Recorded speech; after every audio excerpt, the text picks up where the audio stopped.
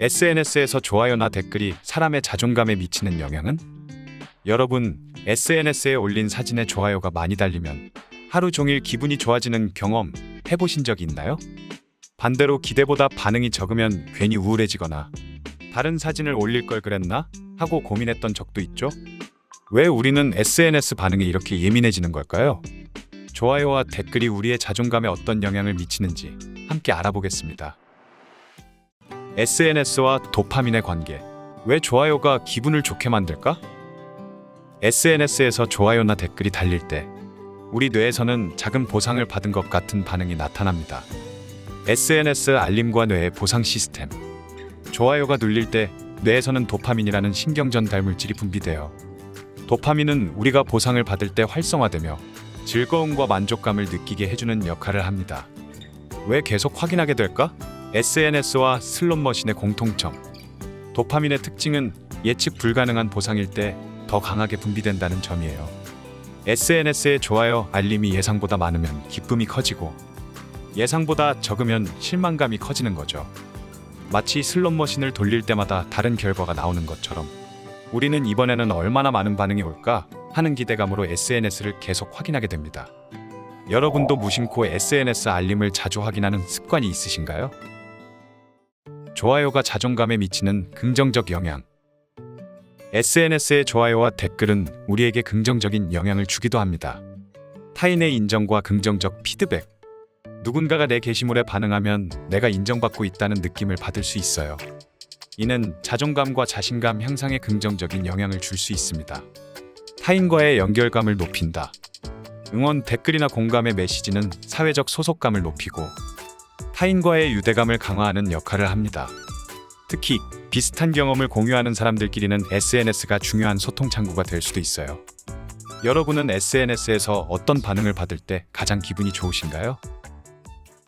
SNS의 부정적 영향, 비교와 의존. 하지만 SNS가 자존감에 항상 좋은 영향을 주는 건 아니죠.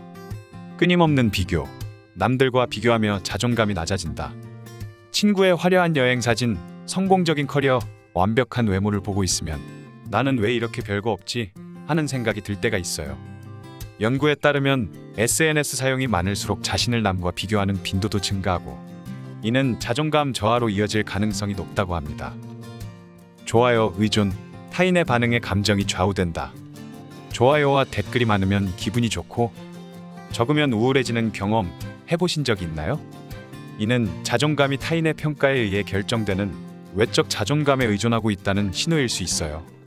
나의 가치를 좋아요 숫자로 판단하기 시작하면 SNS에 지나치게 의존하게 될 위험이 있습니다.